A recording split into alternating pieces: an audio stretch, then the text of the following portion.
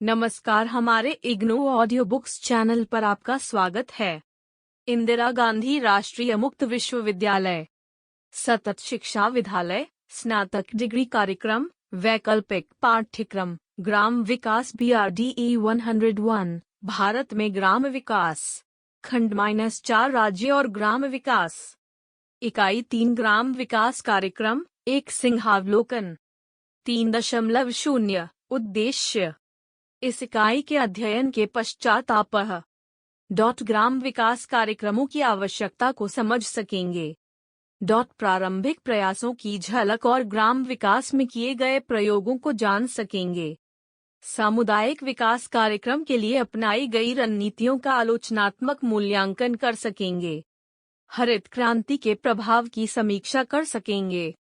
गरीबी उन्मूलन कार्यक्रमों और पिछड़े क्षेत्रों के उत्थान कार्यक्रमों का मूल्यांकन कर एकीकृत ग्राम विकास कार्यक्रम को विस्तार से स्पष्ट कर सकेंगे।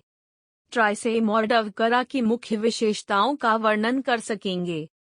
ग्राम रोजगार कार्यक्रमों में विकास की चर्चा कर सकेंगे और सुनिश्चित रोजगार योजना की आवश्यकता का वर्णन कर सकेंगे। 3.1 प्रस्तावना भारत में स्वतंत्रता से पूर्व के दिनों में विकास परिदृश्य बहुत ही करुणाजनक और संवेदनशील रहा है। लगभग 200 वर्षों तक ब्रिटिश औपनिवेशिकों के शासन के दौरान राष्ट्र विकास के क्षेत्र में बहुत ही दयनीय स्थिति में रहा है, अथवा यह कह सकते हैं कि देश बहुत ही पिछड़ा हुआ रहा है। इसका मुख्य कारण विदेशी शासन ही कह सकते हैं। ब्रिटिश औपनिवेशिक मालिक यहाँ से कच्चा माल ले जाते थे और उसे मशीनों से तैयार करके वस्तुओं को यहाँ पर भेज देते थे, जो कि यहाँ के देशी उत्पादों के मूल्य से बहुत ही सस्ते होते थे। भारतीय कारीगर ब्रिटिश उत्पादों या वस्तुओं के निर्माण में प्रतियोगिता नहीं कर सकते थे और इन सब के परिणाम स्वरूप भारतीय कारीगरों की स्थिति बहुत ही दयनीय हो गई थी। वे बेरोजगार हो गए थे और उन्हें अपने जीवित रहने के लिए बहुत ही परेशानियां झेलनी पड़ रही थी। उन्हें घोर गरीबी और दरिद्रता के माहौल में डाल दिया और उनका जीवित रहना भी कठिन हो गया था। ब्रिटिश उत्पादों के आक्रमण के साथ वह कारीगर किसी भी तरह का मुकाबला करने में असमर्थ था, इसलिए अब उसके समक्ष कृषि अमिक बनने के अतिरिक्त कोई मार्ग नहीं बचा था। उसे घोर गरीबी में जबरन धकेल दिया गया था। इसके साथ ही जो लोग आरंभ से कृषि क्षेत्र से संबंध नहीं रखते थे, उनको भी कृषि कार्य अपनाने के कारण कृषि पर दुगुना दुष्प्रभाव पड़ा, क्योंकि वहां पहले से कृषि बेरोजगार क्षेत्र बना हुआ था और उसने गैर कृषि क्षेत्र के लोगों के शामिल होने से समस्या दुगुनी हो गई। कुछ बातों या अन्य कार्यों को छोड़ दें तो भी भारतीय लोगों का प्रमुख धंधा खेतीबाड़ी ही रहा है। भारत व्यापक रूप से ग्रामीण ही बना रहा। उसकी उत्पादन गतिविधियों कली से पूरा फूल खिलने से पहले उसे नष्ट कर दिया, जबकि विकास का समृद्धि क्षेत्र उसके समक्ष खड़ा हुआ था। बिना किसी उत्पादन निर्माण की गतिविधियों के, जिसके बल पर आधुनिक उद्योगों के विकास में परिणाम निकल सकते थे और शहरी क्षेत्रों का समृद्ध विकास हो सकता था, वह नहीं हुआ, बल्कि अकुशल ग्रामीण जनसंख्या एक बोझ बनकर रह गई। वह एक धब्बे के समान थे, बेहद पिछड़ गए, जबकि पश्चिमी देश विश्व में विकसित राष्ट्र के रूप में उभर कर सामने आए। इसके बाद स्थिति फिर बिगड़ गई। कृषि भूमि का संकेंद्रीकरण हो गया और भूमि के कुछ ही लोग मालिक बन बैठे, शेष बेरोजगार हो गए। भूमि का एक मामूली हिस्सा ही जनसंख्या के एक बहुत बड़े हिस्से की आवश्यकता को पूरी करता था।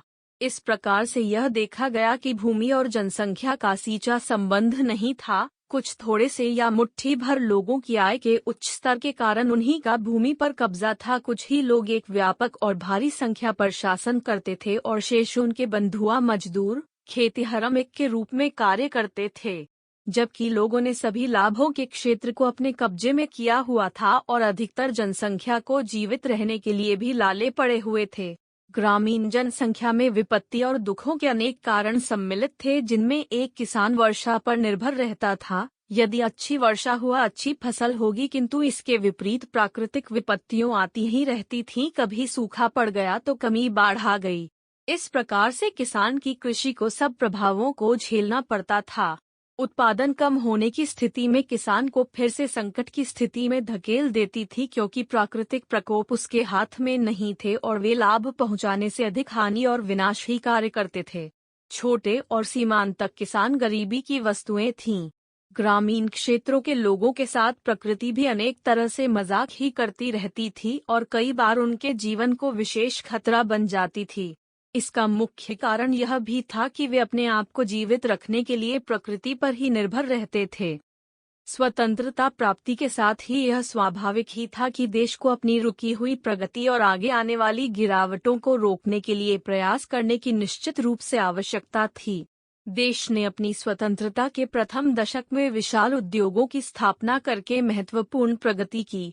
यह वास्तव में एक वैज्ञानिक प्रगति थी जिसको उद्योगों के माध्यम से अपनाया गया था। जो लोग पहले से ही शिक्षित और व्यापारी समुदाय से जुड़े थे उन्होंने अपनी स्थिति को पहले से अधिक शक्तिशाली रूप में स्थापित किया और आर्थिक विकास ने इन लोगों को पहले से अधिक धनी और सम्मानित बना दिया था।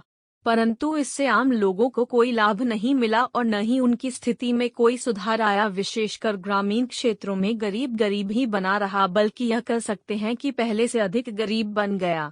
अतः यह महसूस किया गया कि ग्रामीण भारत स्वयं कुछ नहीं कर सकता है और वह अपने आप सुधार करने में असमर्थ है, क्योंकि जो उपेक्षा की घरोघर ब्रिटिश शासन से मिली है यह अभी तक मौजूद है, उसमें कोई सुधार नहीं हुआ है।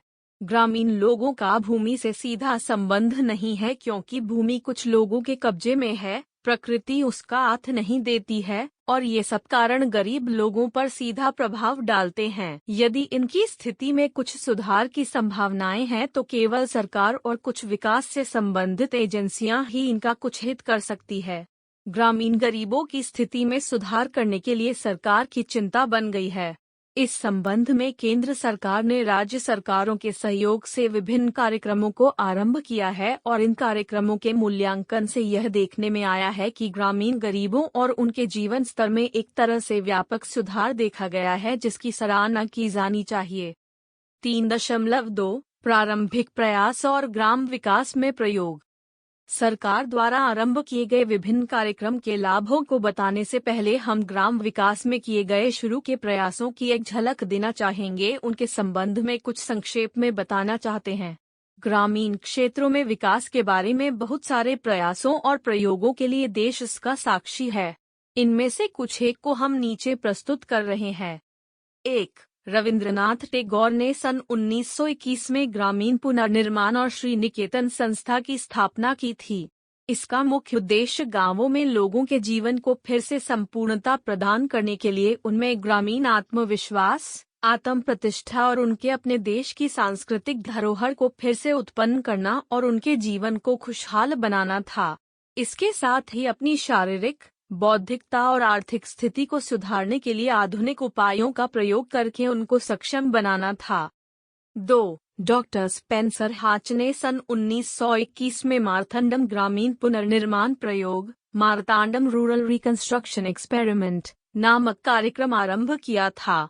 इनका उद्देश्य ग्रामीण लोगों के लिए उनके उपेक्षित जीवन को संपूर्ण विकास दिशा में ले जाना और उनके जीवन को सुधारना, जैसे कि धार्मिकता, मानसिकता, शारीरिक, सामाजिक और आर्थिक स्थिति को बेहतर बनाना था। 3. गुड़गांव एक्सपेरिमेंट का आरंभ सन 1927 में हुआ था। इसका उद्देश्य कठोर परिश्रम, आत्म प्रतिष्ठा, आत्मनियंत्रण, स्वसहायता, आपसी या परस्पर सम्मान से कम अधिक कुछ नहीं था। वे संपूर्ण ग्रामीण समाज का उत्थान करना चाहते थे। 4. सन 1932 में बड़ौदा एक्सपेरिमेंट आरंभ हुआ था। इसका मुख्य उद्देश्य लक्ष्य और स्वसहायता और आत्मविश्वास पैदा करने के लिए और बेहतर जीवन जीने के लिए स्वेच्छा और आत्म इच्छा को जगाना, उसको विकसित करना था। 5. गांधीवादी रचनात्मक कार्यक्रमों में निम्नलिखित उद्देश्यों को सम्मिलित किया गया है। 1. खादी का प्रयोग। 2. ग्राम उद्योगों का उत्थान। 3. अस्पृश्यता का उन्मूलन। 4. प्राथमिक और प्रौढ़ शिक्षा। 5. ग्रामीण स्वच्छता। 6. सांप्रदायिक सद्भावना। 7. नशाबंदी। 8. स्वास्थ्य और स्वच्छता में शिक्षा। 9. महिला उत्थान। X राष्ट्रीय भाषाओं का प्रचार प्रसार। 6. मद्रास में फिरका स्कीम आरंभ की गई थी। इसका उद्देश्य गांवों के लोगों को संगठित करना, उनको खुशी प्रदान करना और समृद्ध करने का लक्ष्य रखा गया था। इसका खुशहाल एकीकृत समाज को व्यक्तिगत और एक इकाई के रूप में संपूर्ण विकास करने का अवसर प्रदान करना था। 7. नीलोखेड़ी परियोजना आरंभ की गई, जिसे मजदूर मंजिल के नाम से भी जाना जाता है। इसकी स्थापना का आधार यह सिद्धांत था कि जो लोग काम नहीं करेंगे, यह भोजन भी नहीं करेगा। 3.3 सामुदायिक विकास कार्यक्रम। स्वतंत्रता के बाद 2 अक्टूबर 1962 को प्रारंभिक 50 वर्षों में फोर्ड फाउंडेशन के सहयोग से सामुदायिक विकास कार्यक्रम आरंभ किया गया था। यह व्यापक स्तर पर इस देश में नियोजित ग्राम विकास का कार्य था। यह एक धार्मिक दृष्टिकोण के साथ, जिसमें केवल कृषि क्षेत्र को शामिल नहीं किया था, बल्कि गांवों के संरचनात्मक ढांचा और मूल सुविधाएं उपलब्ध कराना था। सामुदायिक विकास कार्यक्रम के मुख्य उद्देश्य मोहिंद्र सिंह ने निम्न प्रकार से उल्लेख किए हैं। व्यापक प्रायोगिक संसाधनों का प्रयोग करना, देहात में सुप्त पड़ी वस्तुओं को और गांवों में व्यर्थ पड़ी ऊर्जा को प्रयोग में लाना है। ग्रामीण लोगों को आत्मविश्वास और जिम्मेदार नागरिक बनने के लिए उत्साहित करना, यहाँ तक कि राष्ट्र के निर्माण में ज्ञान और आपसी समझ के साथ उन लोगों को सक्षम और उनकी प्रभावी भागीदारी के रूप में मुख्य धारा में सम्मिलित करना। पंचायतें और सहकारी समितियों, जो कि स्थानीय स्वशासित संस्थाएं हैं, उनके माध्यम से विकास कार्यों को आयोजित करते हुए ग्रामीण लोगों के बीच स्वसहायता की भावना को पैदा करना। कृषि उत्पादनों में वृद्धि करने के लिए सुधारे हुए और आधुनिक कृषि का व्यवहार तथा आवश्यक प्रणालियों पर लगातार ध्यान देते हुए उन पर प्रकाश डालते हुए उनके सुधार पर बल देना है। संपूर्ण समुदाय के सभी लाभों के लिए ग्रामीण लोगों को खाली समय में काम करने के लिए उत्साहित करना। ग्रामीण परिवार ऋण लाभ करने के माध्यम से सहयोग के सिद्धांतों से संभावित व्यापक स्तर पर विस्तारित करना। 5 दैत्यों पर शांतिपूर्ण आक्रमण अर्थात भूखमरी और रोग, गंदगी, उपेक्षा तथा आलसीपन को समाप्त करना और ग्रामीण अध्यापकों का सामाजिक स्तर ऊंचा करना और उनको कार्यक्रम में भागीदारी के योग्य बनाना। एस.एन. मिश्रा के अनुसार सामुदायिक विकास कार्यक्रम को ग्राम स्तर के कार्यकर्ताओं की सहायता से आरंभ किया गया था, जो विषय वस्तु के विशेषज्ञ थे और वे कृषि, पशुपालन, सहकारिता, पंचायतें, सामाजिक, शिक्षा, सार्वजनिक स्वास्थ्य और महिला और बाल विकास इत्यादि के क्षेत्र में कार्यरत थे। उसका मानना था कि किसी भी विकासशील देश के इतिहास में युगांतकारी कदम था। इन शब्दों का विस्तार करते हुए जवाहरलाल नेहरू ने यह कहा था कि यह शांत क्रांति है। बोध प्रश्न 1 सामुदायिक विकास कार्यक्रम के मुख्य उद्देश्य क्या है? हालांकि सामुदायिक विकास कार्यक्रम भी कमियों के बिना अछूता नहीं रहा। जैसा कि डॉक्टर होशियार सिंह ने कहा है कि सामुदायिक विकास कार्यक्रम अपने विस्तार और सीमित वित्त तथा बहुआयामी आक्रमण नीति के कारण सटीक परिणाम प्राप्त न कर सका। खाद्यान्न की कमी की समस्या से निपटने के लिए इसमें कुछ विशेष प्राथमिकताएं दी जानी चाहिए थीं। इससे अधिक सीमित उद्देश्य अथवा न्यूनतम कार्य पैकेज का आरंभ कुछ अच्छे परिणाम दे सकते थे। आप सुन रहे ऑडियो लर्निंग को। इसके अतिरिक्त वास्तव में यह लाभ केवल बड़े किसान ही प्राप्त कर सके जिनके पास भूमि अधिक थी, उनका आकार बड़ा था, कोई कृषि उत्पादों में आधुनिक प्रणालियों और साधनों को अपना सके, उनका वे प्रयोग कर सकें। वे लोग आवश्यक वैज्ञानिक स्रोतों, साधनों का लाभ उठाकर हरित क्रांति का संपूर्ण लाभ बड़े किसान ही हड़प गए थे। छोटे और सीमांत किसान आधुनिक प्रौद्योगिकी लाभ नहीं उठा सके क्योंकि एक तो उनके पास भूमि कम थी, उसका आकार कुछ नहीं था, और वैज्ञानिक उत्पादन इसलिए नहीं कर सके क्योंकि उनके पास साधनों और स्रोत की बेहद कमी थी, साथ ही उनके धन भी नहीं था। इन सब के परिणाम स्वरूप बड़े किसानों और छोटे किसानों के बीच आय का बेहद अंतर हो गया। बड़े किसान अधिक अमीर होते चले गए और छोटे किसान और अधिक गरीब हो गए। इसके साथ ही एक और भयानक प्रभाव यह पड़ा कि किसान अपनी खेती करने के लिए बड़ी बड़ी मशीनों का प्रयोग करने लगे, जिससे मजदूरों की मांग घटकर शून्य हो गई। अब बड़े किसान कृषि मजदूरों पर निर्भर नहीं रहे थे। इस तरह से बड़े किसानों की खेती ने कृषि मजदूरों को बेरोजगार बनाकर एक बड़ी समस्या खड़ी कर दी। अतः हम कह सकते हैं कि हरित क्रांति के कृषि उत्पादन में जो प्रभाव रहा है वह इसलिए धूमिल हो गया कि बड़े किसान श्रमिक मजदूरों पर निर्भर नहीं रहे और कृषि मजदूरों की बेरोजगार समस्या उभर कर सामने आई है। इस तरह से लाभ कम और हानि अधिक हुई है। 3.5 गरीबी का निर्धारण करना। यह एक ऐसा समय था जब संपूर्ण विश्व इस विवाद में लगा हुआ था जो विकसित बनाम विकासशील बीच की कड़ी थी। यह अवधारणा सामाजिक न्याय के साथ विकास अथवा पुनर्वितरण के साथ विकास। इस मुद्दे के लिए सभी विकासशील देश व्यापक गरीबी की सामान्य समस्या झेलने वाले देश इसके साक्षी रहे हैं। गरीबी की समस्या जैसे कि गरीबी के संपूर्ण स्तर पर सामान्य अनुबंध करना जिसके कब्जे में सभी विकासशील देश है। इसके अतिरिक्त एक सापेक्ष गरीबी है जो कि ग्रामीण जनसंख्या के बीच मौजूद है। 3.4 हरित क्रांति के प्रभाव। 60 के दशक में जब सामुदायिक विकास कार्यक्रम अपने शिखर पर पहुंच चुका था, उस समय देश खाद्यान्न की कमियों का सामना कर रहा था। इस खाद्यान्न की बेहद कमी से निपटने के लिए ग्राम विकास को गति दी जा रही थी ताकि कृषि उत्पादनों में वृद्धि हो सके। तब कार्यक्रम आरंभ किए गए जैसे कि संघन कृषि विकास कार्यक्रम, इंटेंसिव एग्रीकल्चरल डेवलपमेंट प्रोग्राम याडो, तथा सघन कृषि क्षेत्र कार्यक्रम, इंटेंसिव एग्रीकल्चरल एरिया प्रोग्राम याप, ताकि कृषि उत्पादनों में वृद्धि हो सके। ये दोनों कार्यक्रम सन 1966 में आरंभ किए गए थे। इसके साथ ही उच्च पैदावार विविध कार्यक्रम, हाई यील्डिंग वैरायटीज प्रोग्राम, हाइव कार्यक्रम आरंभ किया गया था। राष्ट्र ने खाद्यान्न उत्पादन के क्षेत्र में आत्मनिर्भर बनने के लिए कृषि उत्पादन के उद्योग क्षेत्र को प्राप्त किया जो कि एक उपलब्धि का मील का पत्थर था और यह अद्भुत प्राप्ति थी। इसे हरित क्रांति के नाम से जाना गया था।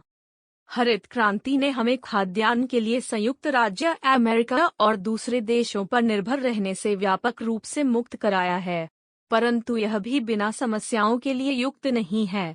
ये कार्यक्रम ग्रामीण समुदायों की स्थिति में सुधार नहीं कर सके। इसके अतिरिक्त कृषि उत्पादों में अपूर्व वृद्धि होने के बावजूद बेरोजगारी और आय तथा संपत्ति के अर्जन में असमान रूप से बढ़ती चली गई। इसने दो समस्याओं को जन्म दिया। पहली समस्या क्षेत्रीय संतुलन बिगड़ गया और दूसरा ग्रामीण जनसंख्या के वर्गों के बीच आय की असमानताएं बढ़ गई। हरित क्रांति वहीं सफल रही थी जिन क्षेत्र में कृषि के लिए मौसम की स्थिति ठीक थी और वहां पर उच्च पैदावार की संभावनाएं पहले से ही मौजूद थीं, जबकि बाकी क्षेत्र में इस हरित क्रांति का कोई लाभ नहीं मिला और वे क्षेत्र पिछड़े क्षेत्र ही बने रहे। इन सब तथ्यों को देखने के बाद गरीबी रेखा की अवधारणा का निर्माण हुआ, जैसे कि डॉक्टर बे के थपियाल कहते हैं कि यही मानक गरीबी के स्तर को नापने का एक महत्व और लाभदायक औजार या साधन सिद्ध हुआ तथा इसके माध्यम से ही ग्रामीण गरीबी के उन्मूलन की कार्यनीति या रणनीति की परिकल्पना करने और डिजाइन बनाने में भी सहायक सिद्ध हुई। उपर्युक्त उपायों और साधनों के निर्धारण चतुर्थ पंचवर्षीय योजना में सुझाए गए तथा ग्रामीण जनसंख्या के वर्गों में आय में क्षेत्रीय असंतुलन और असमानताएं की समस्या को कम करने और उससे निपटने के उपाय बताए गए हैं। थपियाल उल्लेख करते हैं कि विशेष ग्राम विकास कार्यक्रमों की दो धाराएं हैं, जिसमें एक क्षेत्रीय असंतुलन को कम करना है और दूसरा ग्रामीण लोगों के विभिन्न वर्गों के बीच आय की असमानताओं को कम करना है। इनका आरंभ चतुर्थ पंचवर्षीय योजना की अवधि में हुआ था। इसके साथ ही चतुर्थ और पांचवीं पंचवर्षीय योजना में गरीबी उन्मूलन के उपायों के विशेषीकृत दृष्टिकोणों को 3 प्रकार प्रस्तुत किए गए हैं। यह निम्न प्रकार हैं। न्यूनतम आवश्यकताओं का एक राष्ट्रीय कार्यक्रम, क्षेत्रीय असमानताओं को कम करना और पिछड़े क्षेत्रों के विकास के उत्थान के लिए कार्यक्रमों की अभिकल्पना की गई है, और विशेष लक्षित समूहों पर निर्देशित गरीबी उन्मूलन कार्यक्रम।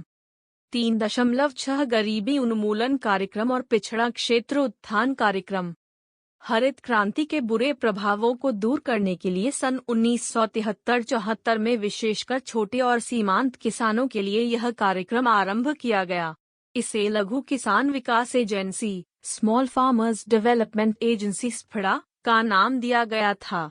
इसके बाद सीमांत किसान और कृषि श्रमिक, marginal farmers and agriculture labour फल एजेंसी आरंभ हुई। यह विशेषकर सीमांतक किसानों, कारीगरों और कृषि श्रमिकों को लाभ देने के लिए बनाई गई थी। सन 1978 में सीमांतक किसान और कृषि अमिक, जो कि लघु किसान विकास एजेंसी के समान थी, उसे इसमें शामिल कर लिया गया था। अब लघु किसान विकास एजेंसी सभी वर्गों के गरीबों और छोटे किसानों, सीमांतक किसानों और कृषि अनिकों के हितों के लिए कार्य करने लगा था।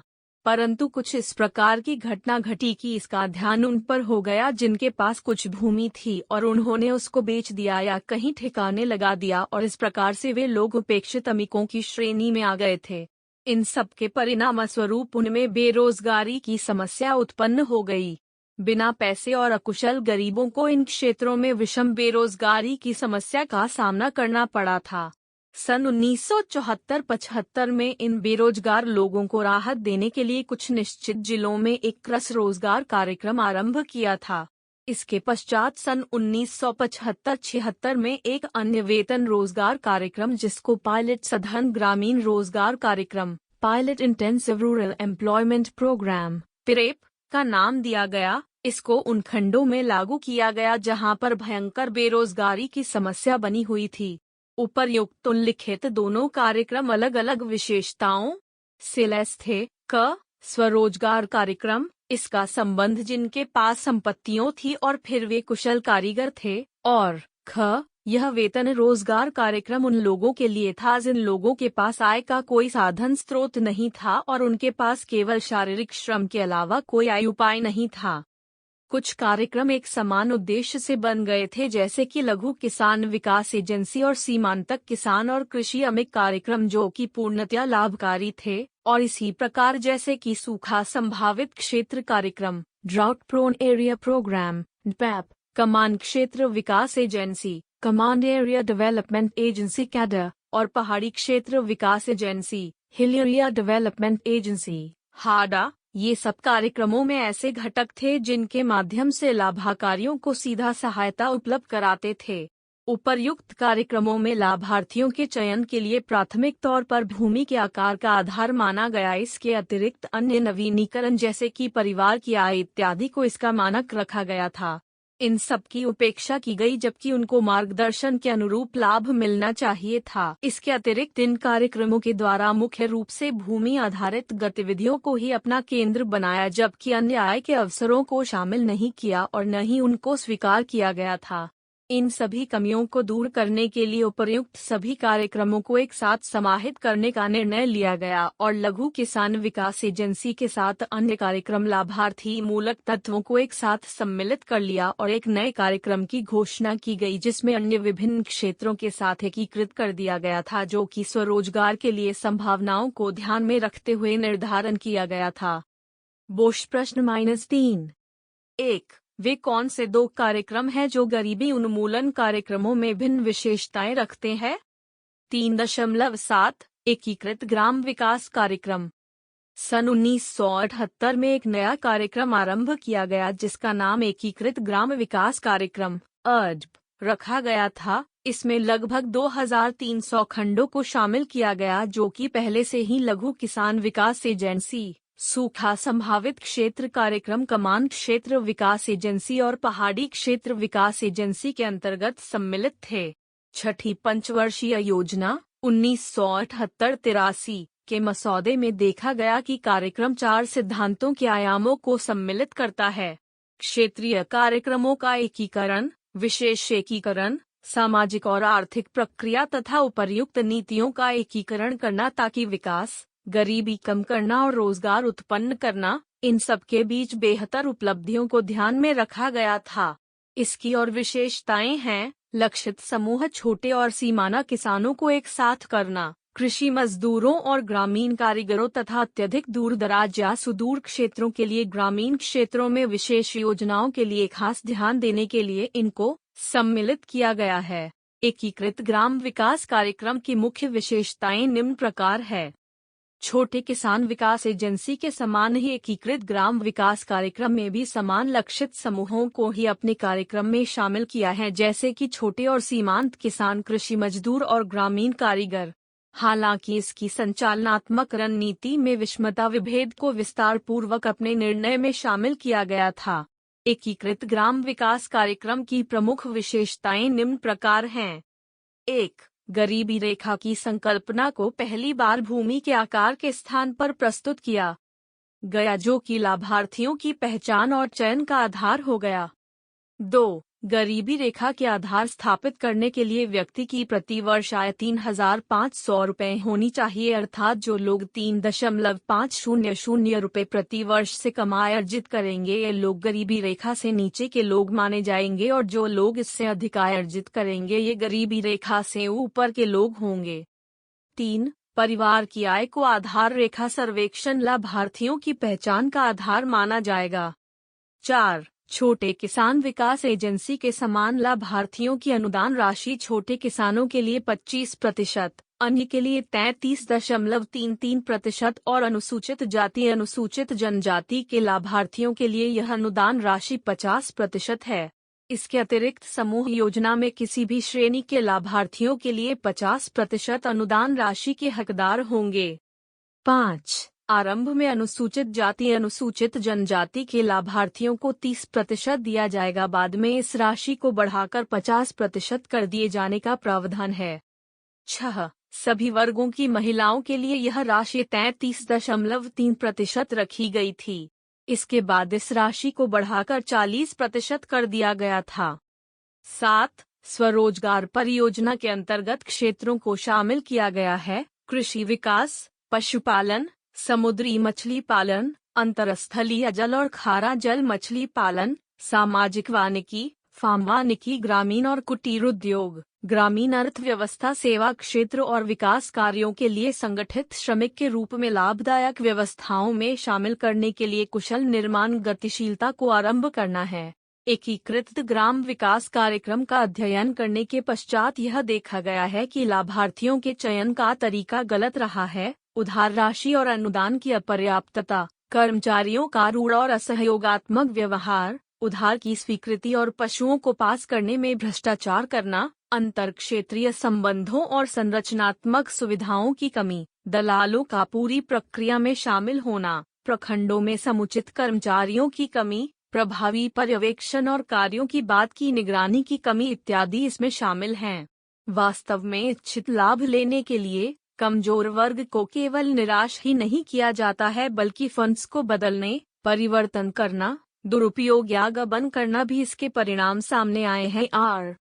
ग्रामीण गरीबों को लाभ पहुंचाने में एकीकृत ग्राम विकास कार्यक्रम असफल रहा है। इसके मुख्य 2 कारक रहे हैं जिनका उल्लेख मोहिंद्र सिंह ने किया है। प्रथम, आर्थिक और राजनीतिक ढोंढा पूरी तरह से अन्यायपूर्ण है। राजनीतिक शक्ति संरचना के द्वारा लाभार्थियों की पहचान को गलत ढंग से प्रस्तुत करके उनकी संख्या में वृद्धि कर दी गई और वास्तविक ऋण की मात्रा और अनुदान के माध्यम से लाभार्थियों ने इसकी उल्टी प्रतिक्रिया की, जबकि आर्थिक शक्ति संरचना अपना कार्य जिन लाभार्थियों को संपत्तियां दी गई थी उस पर विशेष नजर रख रही थी ताकि उस पर कैसे कब्जा किया जाए, जैसे कि जो परिसंपत्तियां दी गई थी उसके प्रबंधन की लागत या खर्च और उससे आय जो कि परिसंपत्तियों से बाहर निकल कर एक प्रवाह रूप में फैल रही थी। यह सब गतिविधियों, बिचौलियों और अन्य आगत, इनपुट तथा उत्पादन बाजार की उपस्थिति में हो रहा था, अर्थात यह सब खेल बिचौलियों और बाजार की भ्रष्टाचारी देखरेख में हो रहा था। यह तब तक दिया जाता है जब तक स्थिति पहले जैसी थी उसी तरह की बनी रहे, उसमें कोई अंतर नहीं आया। इसका मुख्य कारण यही था विकास कार्यक्रमों का यदि किसी को लाभ मिला है तो उन लोगों को जो राजनीतिक अन्य कारणों से शक्तिशाली लोग थे वे इन सब लाभों को उकार गए अथवा हजम कर गए, गरीबों को उनका हिस्सा नहीं मिला। इसका दूसरा कारक, कार्यक्रम में कुछ भी गलत नहीं था, परंतु इस कार्यक्रम की असफलता का मुख्य कारण समुचित कार्य निष्पादन और उसका कार्यान्वयन का कार्य न होना है। इसके साथ ही राजनीतिक नेतृत्व के कार्यों ने इसको सफल बनाने में अपनी रुचि नहीं दिखाई और इससे संबंधित नौकरशाहों ने इस कार्यक्रम को एक नीति में परिवर्तित नहीं कर सके और न ही उनमें इसको पूरा करने की क्षमता थी। इन सब कारणों से एक अच्छा कार्यक्रम असफल बनकर रह गया। 3.8 ग्रामीण युवा स्वरोजगार प्रशिक्षण ट्राइसेम। यह महसूस किया गया था कि यह बहुत ही अच्छा रहेगा यदि ग्रामीण युवा और महिलाओं को प्रशिक्षित कर दिया जाए, क्योंकि ये स्वरोजगार के लिए ग्रामीण उत्पादकता का एक बहुत बड़ा हिस्सा है। इस तरह का प्रशिक्षण दिया जाए क्योंकि यह इसलिए भी लाभदायक रहेगा कि इससे अकुशल ग्रामीण कार्यबल स्वतंत्र रूप से कुशल कारीगर में बदलकर एक स्वरोजगार प्राप्त उद्यमी के रूप में परिवर्तित हो जाएगा। वह अपने लिए तो एक उद्यम की इकाई स्थापित करेगा जिसमें वह केवल अकेला उनसे काम लेगा, उनको काम देगा। इस तरह से वह देश के ग्रामीण क्षेत्रों की बेरोजगारी को कम करने में अपना सहयोग भी देगा। अतः यह एक एकीकृत ग्राम विकास का आंतरिक हिस्सा था जो ग्रामीण युवा स्वरोजगार प्रशिक्षण TRYSEM, training of rural youth for self employment TRYSEM के रूप में 15 अगस्त 1979 को इसका विधिवत आरंभ हुआ।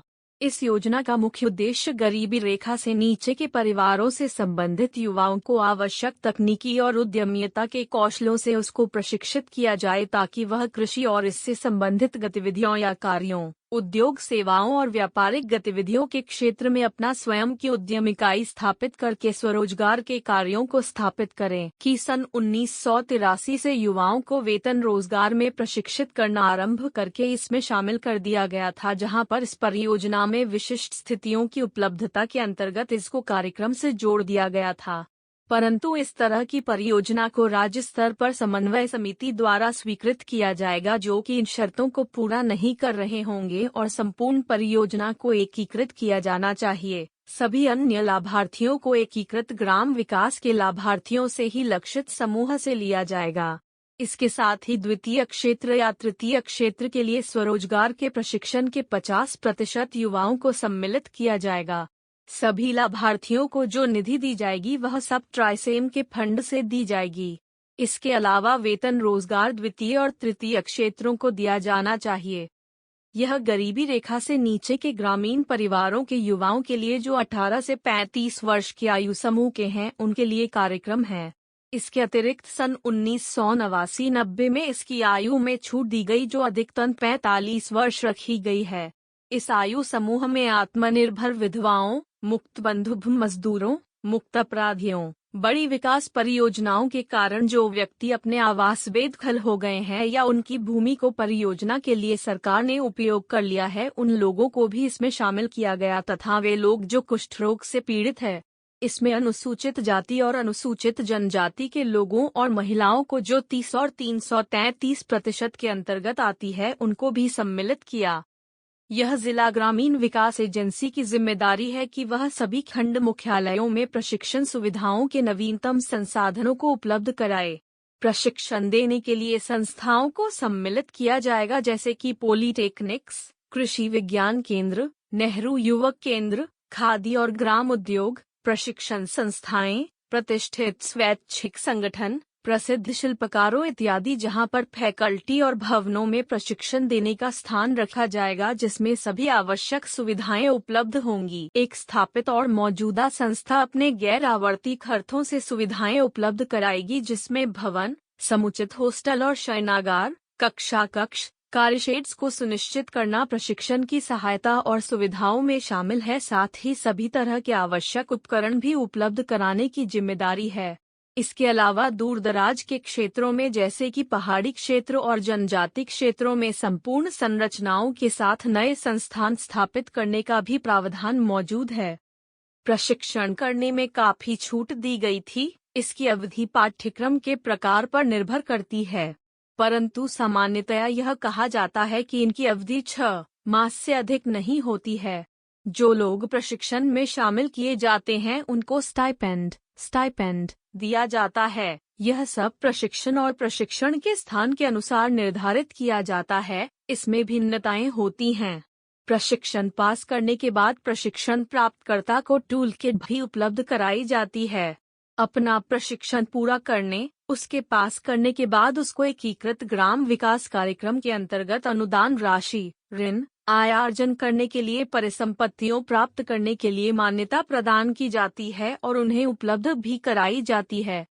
प्रशिक्षण पूरा करने के पश्चात प्रशिक्षित व्यक्ति को स्वरोजगार स्थापित करने के लिए आवश्यक सहायता उपलब्ध कराने के मामलों में पिछड़ा क्षेत्र और अग्रा क्षेत्र के अनुसार उसको आवश्यक सहायता एवं अवसर उपलब्ध कराए जाते हैं।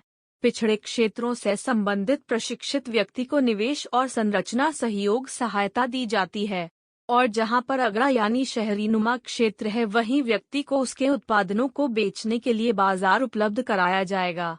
प्रशिक्षण प्राप्तकर्ताओं को सहयोग, उनसे संपर्क रखना, यह जिम्मेदारी एकीकृत ग्राम विकास एजेंसी की है। इसके लिए वह संस्थाओं से संपर्क रखेगा जिनसे संबंध स्थापित किए गए हैं। इस तरह के कार्यों के लिए सार्वजनिक क्षेत्र का चयन किया जाएगा, जो उनको संरचनात्मक सहायता और आगतों की आपूर्ति की जाएगी। संरचनात्मक विकास के लिए निर्धारित फंड दिया जाएगा, जो एकीकृत ग्राम विकास कार्यक्रम के अंतर्गत होगा। इस फंड को नई संस्थाओं को निर्मित करने के लिए व्यय किया जाएगा। जिला सहकारी विपणन समितियों, district cooperative marketing societies DCMS भी एकीकृत ग्राम विकास कार्यक्रम के अंतर्गत उत्पन्न वस्तुओं को बेचने में सहायता प्रदान करेंगी। इसके अतिरिक्त स्थानीय हाट, बाजार और नियमित कृषि मार्केट उनके उत्पादों को बाजार में बेचने के लिए लाभदायक भूमिका निभाती है। हालांकि यह सब कुछ होने के बाद भी ट्राइसेम में बहुत सारी कमियां हैं जिनका हम नीचे वर्णन कर रहे हैं। देश के बाहर इसका कार्यान्वयन या अधिकार क्षेत्र नहीं है।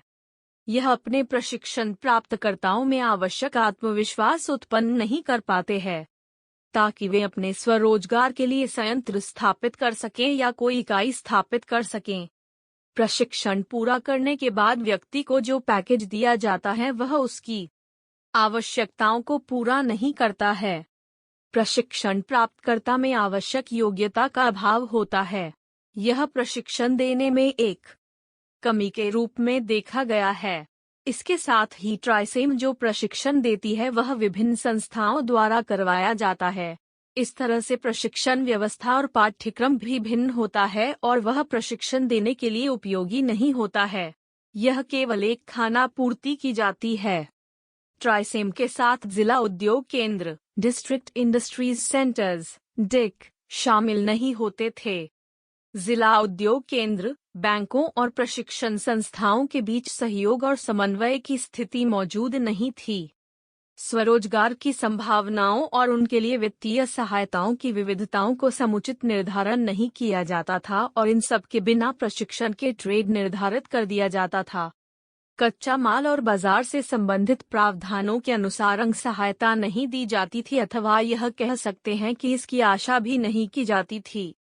प्रशिक्षित युवा को बिना किसी सहायता और बाद में उसकी खबर लेने वाला कोई नहीं होता था और उसको फिर से उसके भाग्य के सहारे छोड़ दिया जाता था। बोध प्रश्न 3.1 ट्राइसेम क्या है? 3.9 ग्रामीण क्षेत्रों में महिला और बाल विकास डवकरा। ग्रामीण क्षेत्रों में महिलाओं और बाल विकास डवकरा development of women and children in rural areas डवकरा का आरंभ सन 1983 में एकीकृत ग्राम विकास कार्यक्रम की एक उपयोजना के रूप में प्रमुखता के रूप में 50 जिले में संचालन किया गया था। यह डवकरा के अंतर्गत क्रमवार से जिलों की संख्या में वृद्धि होती रही और सन 1990-91 तक पूरा देश इसका कार्यक्षेत्र बन गया, अर्थात पूरे देश में यह योजना लागू हो गई थी। यह सन 1980 में एक स्वतंत्र कार्यक्रम बन गया था। मोहिंद्र सिंह लिखते हैं कि इसका मुख्य उद्देश्य महिलाओं को समूहों में संगठित करना था और यह समूह अपनी आय का अर्जन करते थे, अपने दैनिक कार्यों के दबाव को कम करने के लिए नए कौशलों को सीखने का प्रयास करती थी और इन सुविधाओं को बेहतर बनाने के लिए भरसक प्रयास करती है। डवकरा कार्यक्रम को सूत्रबद्ध करने का उद्देश्य ग्रामीण महिलाओं के अवसरों में वृद्धि करना था। इसकी अभिकल्पना उत्पादन आय अर्जन क्रियाकलापों के माध्यम से सहायता प्रदान करना था, जैसे कि ऋण सुविधाएं, उत्पादनात्मक परिसंपत्तियां, बाजार संजाल इत्यादि। इसके साथ ही उनमें क्षमता निर्माण कौशलों में शामिल होना भी है। डवकरा के लाभार्थी एकीकृत ग्राम विकास कार्यक्रम और ट्राइसेम की तरह से ही हैं। एकीकृत ग्राम विकास कार्यक्रम और डवकरा के बीच यह अंतर है कि इससे पहले व्यक्तिगत परिवार ही सहायता प्राप्त कर सकते थे और बाद में समूह के द्वारा सहायता प्राप्त करने का प्रावधान बना। डवकरा कार्यक्रम के अनुसार 520 महिलाओं का एक समूह का निर्माण करना है जो एक साथ मिलकर कार्य करेंगे और उनको सामूहिक रूप से लाभ प्राप्त होंगे। एक समय में एक समूह को 15,000 रुपए की अनुदान राशि दी जाती है, जिसका यह कच्चा माल, शिशु देखभाल इत्यादि के रूप में सामूहिक रूप से खर्च कर सकती हैं। अनुदान राशि का केंद्र सरकार, राज्य सरकारों और यूनिसेफ को समान रूप से योगदान होता है। हालांकि डवकरा कार्यक्रम केवल आर्थिक लाभों के साथ महिलाओं को सशक्तिकरण नहीं करता है, बल्कि सहायक सेवाएं भी उपलब्ध कराता है, जैसे कि मातृत्व और शिशु देखभाल, प्रतिरक्षा, प्रौढ़ शिक्षा इत्यादि में भी अपनी सेवाओं और योगदान देता है। डवकरा के उद्देश्यों को महसूस करने, उनको समझने और अधिक कार्यात्मक, अंतःकार्यात्मक समन्वयन करना भी है, जो लगातार विभिन्न विभागों में संपर्क बनाए रखते हैं, जैसे कि शिक्षा, स्वास्थ्य, परिवार कल्याण और महिला और बाल विकास कार्यों को भी समुचित रूप से देखभाल करते हैं, उनको व्यवस्थित करते हैं। जवकरा का लक्ष्य महिलाओं का उत्थान करना और उनके बच्चों का हित करना है। इनका सबसे महत्वपूर्ण कार्य महिलाओं को प्रशिक्षण देना ताकि वे अपना कौशल बढ़ाकर लाभकारी कार्यों को कर सकें। डवकरा के अंतर्गत महिलाओं को विभिन्न स्तरों पर विभिन्न एजेंसियों से प्रशिक्षण दिलाना है। विभिन्न गतिविधियों की पहचान कर परियोजना कार्यों को संबंधित अधिकारियों की सहायता से पूरे किए गए थे, जो इन गतिविधियों में शामिल हैं: सिलाई, कढ़ाई बुनाई, बॉस की टोकरियों बनाना, मछली पालन, मुर्गी पालन, साबुन बनाना, मोमबत्ती बनाना इत्यादि हैं।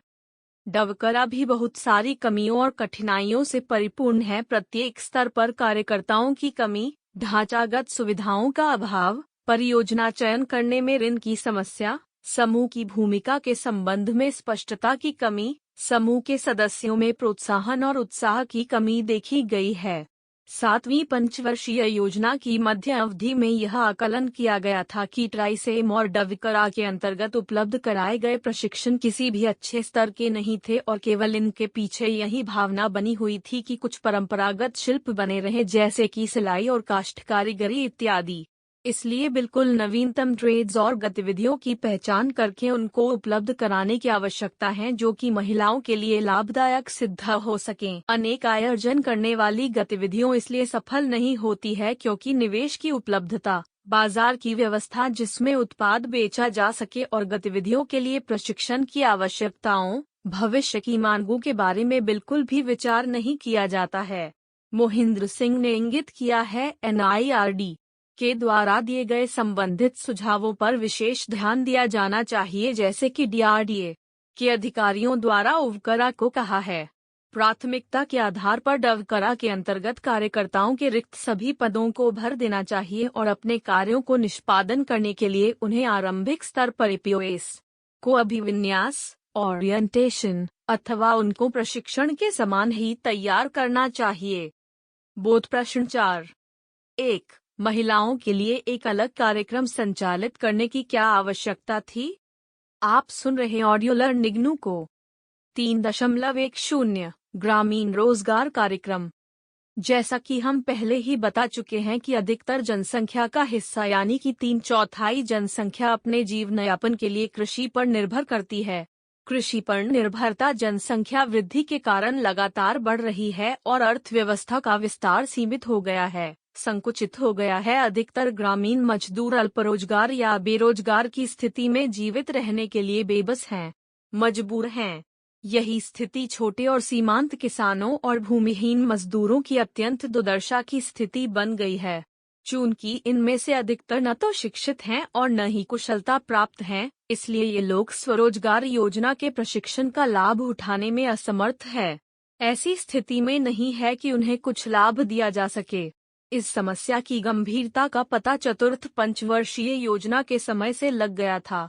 इसलिए एक क्रैश ग्रामीण रोजगार कार्यक्रम, क्रैश रूरल एम्प्लॉयमेंट प्रोग्राम क्रैप, का सन 1980 में आरंभ किया गया था, जो कि कुछ चयनित जिलों में प्रमुखता के आधार पर था, जहां पर अन्य क्षेत्रों की तुलना में कृषि मजदूरों की अधिक जनसंख्या थी। इसके बाद फिर से सन 1873-74 में पायलट संघन ग्रामीण रोजगार कार्यक्रम, pilot intensive rural employment programme PIREP, ऐसे क्षेत्रों में आरंभ किया गया जहां देखा गया कि बेरोजगारी की समस्या संकटकालीन भयानक स्थिति में बदल गई है। इसके बाद सन 1978-79 में एक नया कार्यक्रम आरंभ किया गया जिसको फूड फॉर वर्क FFW नाम दिया गया।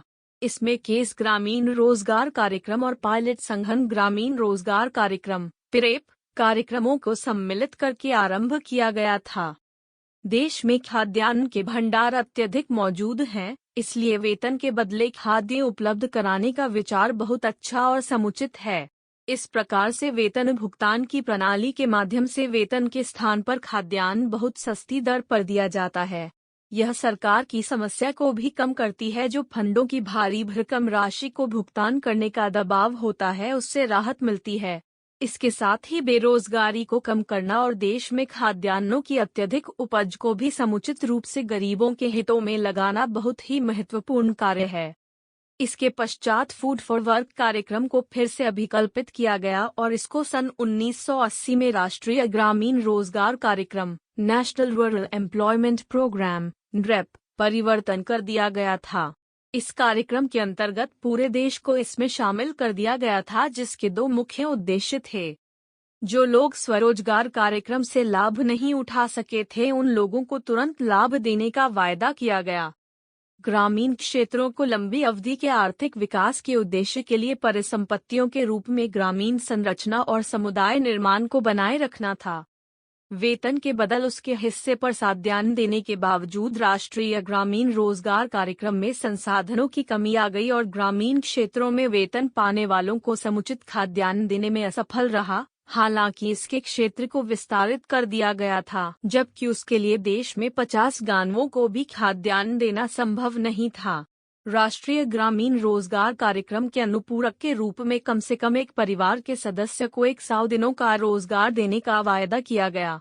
ग्रामीण श्रमिक रोजगार गारंटी कार्यक्रम rural labour employment guarantee programme RLEG नामावली के अंतर्गत सन 1983 में आरंभ किया गया। ग्रामीण श्रमिक रोजगार गारंटी कार्यक्रम केंद्रीय प्रायोजित कार्यक्रम बन गया था, जिसमें 80% शेयर केंद्र सरकार का था और 20% शेयर राज्यों का शामिल था। इस कार्यक्रम को लागू हुए लगभग 7-8 वर्ष हो गए थे, जबकि इस कार्यक्रम से केवल 55% लोगों को ही लाभ मिला। इस कार्यक्रम का उद्देश्य कृषि मजदूरों के एक परिवार के एक सदस्य को कम से कम 100 दिन का रोजगार देना था। यह कार्यक्रम इस शर्त और उद्देश्य को पूरा नहीं कर सका। इसके अतिरिक्त गांव वाले इसमें पूरी तरह से भाग नहीं ले पाए। उनकी भागीदारी आंशिक थी, क्योंकि इसकी यानी राष्ट्रीय ग्रामीण रोजगार कार्यक्रम और ग्रामीण श्रमिक रोजगार गारंटी कार्यक्रम के अंतर्गत पहचान और योजना तथा कार्य का कार्यान्वयन जैसे कारण सम्मिलित थे।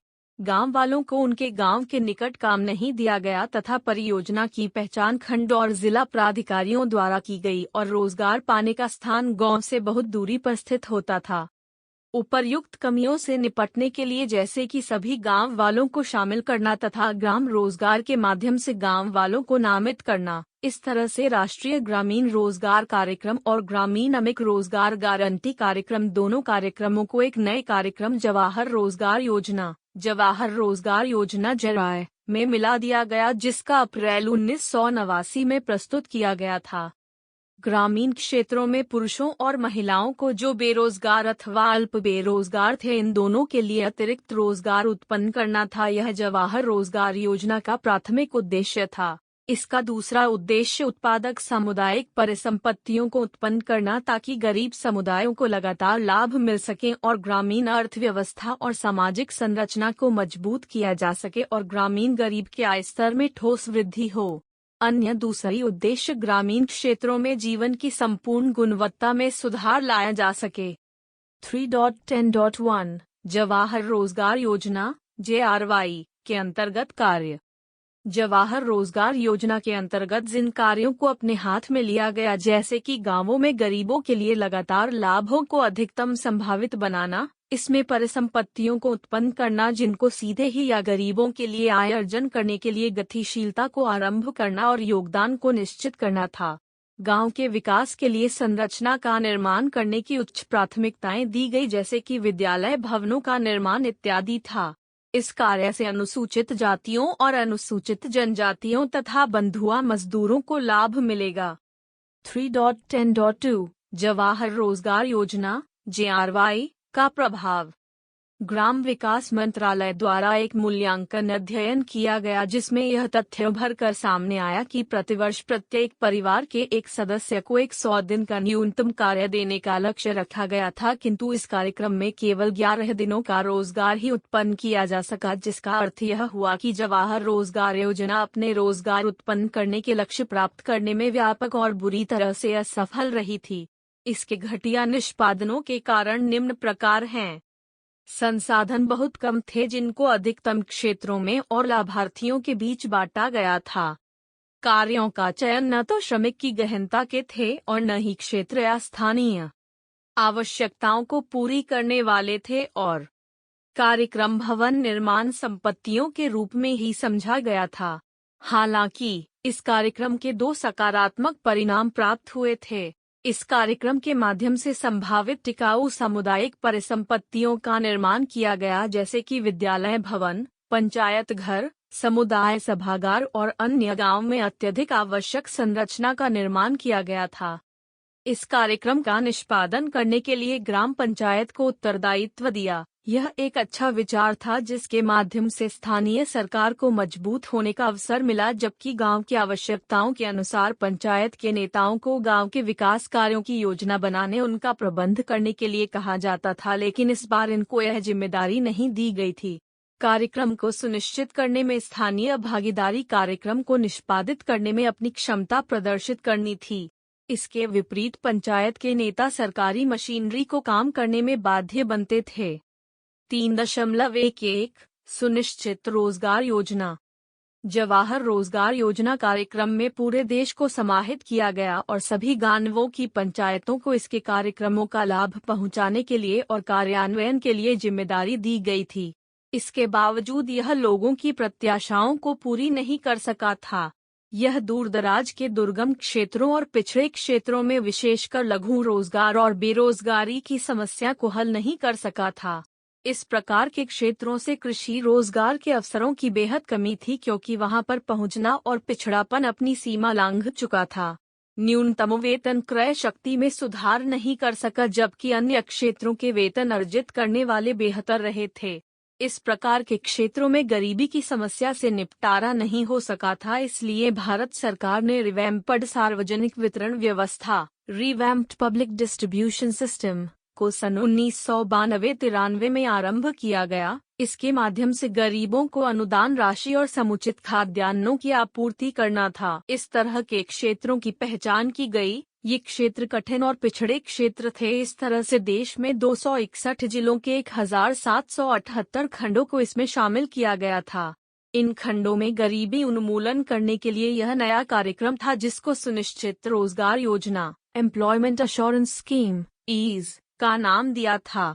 सुनिश्चित रोजगार योजना के प्राथमिक उद्देश्य जवाहर रोजगार योजना में सम्मिलित किए गए थे, ताकि कृषि मौसम में रोजगार कम होने के दौरान जो लोग शारीरिक रूप से प्रौढ़ और स्वस्थ हों, उन लोगों को उनकी आवश्यकता के अनुसार कार्य उपलब्ध कराया जाए। परंतु इस कार्यक्रम में कुछ भी नहीं हुआ। इसका दूसरा उद्देश्य सतत विकास और विकास के लिए आर्थिक संरचना और समुदाय परिसंपत्तियां और संसाधनों का विकास करना था। 3.11.1 सुनिश्चित रोजगार योजना की मुख्य विशेषताएं। डॉक्टर के थपियाल उल्लेख करते हैं कि संचालित करने के लिए कार्यक्रम और इसके उद्देश्यों को प्राप्त करने के लिए कार्यक्रम को मुख्य विशेषताओं से अभिकल्पित किया गया है, जो निम्न प्रकार हैं। देश के 1778 खंडों में इस योजना को लागू किया गया था।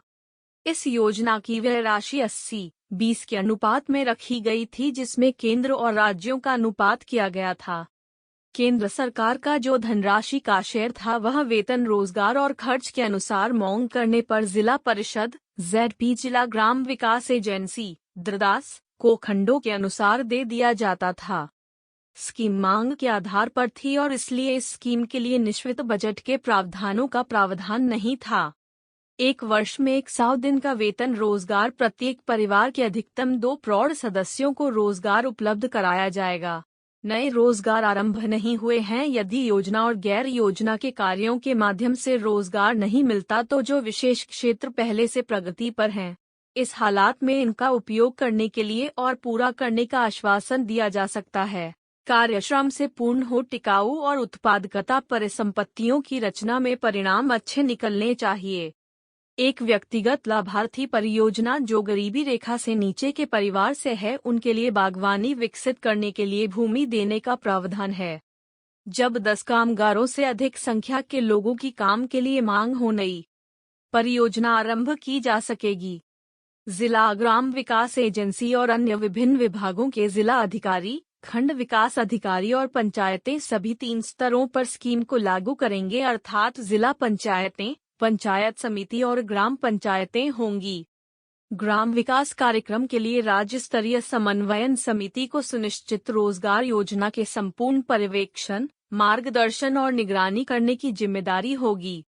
इस प्रकार अंत में सुनिश्चित रोजगार योजना और जवाहर रोजगार योजना को एक नए कार्यक्रम जिसका नाम संपूर्ण ग्रामीण रोजगार योजना स्क्री रखा गया था, जिसको सन 2001 में आरंभ किया गया था। बोध प्रश्न 5। 1. सुनिश्चित रोजगार योजना को क्यों आरंभ किया गया था? 3.12 सारांश। इस इकाई में हमने ग्राम विकास कार्यक्रमों, ग्राम विकास में प्रारंभिक प्रयासों जैसे प्रयोगों का अध्ययन किया है। हमने यह भी नोट किया है कि सामुदायिक विकास कार्यक्रम एक आध्यात्मिक दृष्टिकोण था जिसमें करुणा और केवल कृषि कार्य ही नहीं थे बल्कि गांवों में संरचनात्मक पहुंचे और मूल सुविधाओं से संपन्न कार्यक्रम थे। हमने हरित क्रांति के प्रभावों की चर्चा की है जिसके परिणाम स्वरूप खाद्यान्न वस्तुओं के संकट से मुक्ति मिली थी। गरीबी उन्मूलन कार्यक्रमों की चर्चा की है। इन कार्यक्रमों के उद्देश्यों और इनकी रणनीतियों के बारे में जानकारी प्राप्त की है। एकीकृत ग्राम विकास कार्यक्रम की हमने विस्तार से चर्चा की है। हमने एकीकृत ग्राम विकास कार्यक्रम का प्रशासनिक संरचना उन्कलन कार्यान्वयन की कार्यविधियों और फंड्स की भी चर्चा की है। हमने ट्राइसेम की चर्चा के साथ इसके प्रभावों का आकलन किया। ट्राइसेम युवा स्वरोजगार प्रशिक्षण के लिए इसकी आवश्यकता को बताया गया है। इसके बाद हमने ग्रामीण क्षेत्रों में महिलाएं और बाल विकास के लिए विशेष कार्यक्रम के संबंध में बताया है। एकीकृत ग्राम विकास कार्यक्रम के केस में ग्रामीण गरीबों के डबकरा के द्वारा लक्षित किया गया परंतु लाभार्थियों की इकाई 15-20 महिलाओं के समूह से बनती है। हमने ओयकरा की धनराशि रचना तंत्र की वर्षा की तथा यह भी बताया कि इसके कार्य और संगठनात्मक सहायता संरचना क्या है, उसका विवरण दिया है। ग्रामीण रोजगार कार्यक्रम तथा जवाहर रोजगार योजना में विकास की चर्चा की है और अंत में सुनिश्चित रोजगार योजना का मूल्यांकन करते हुए सुनिश्चित रोजगार योजना के कार्यों की भी चर्चा की है। 3.13 प्रमुख शब्द।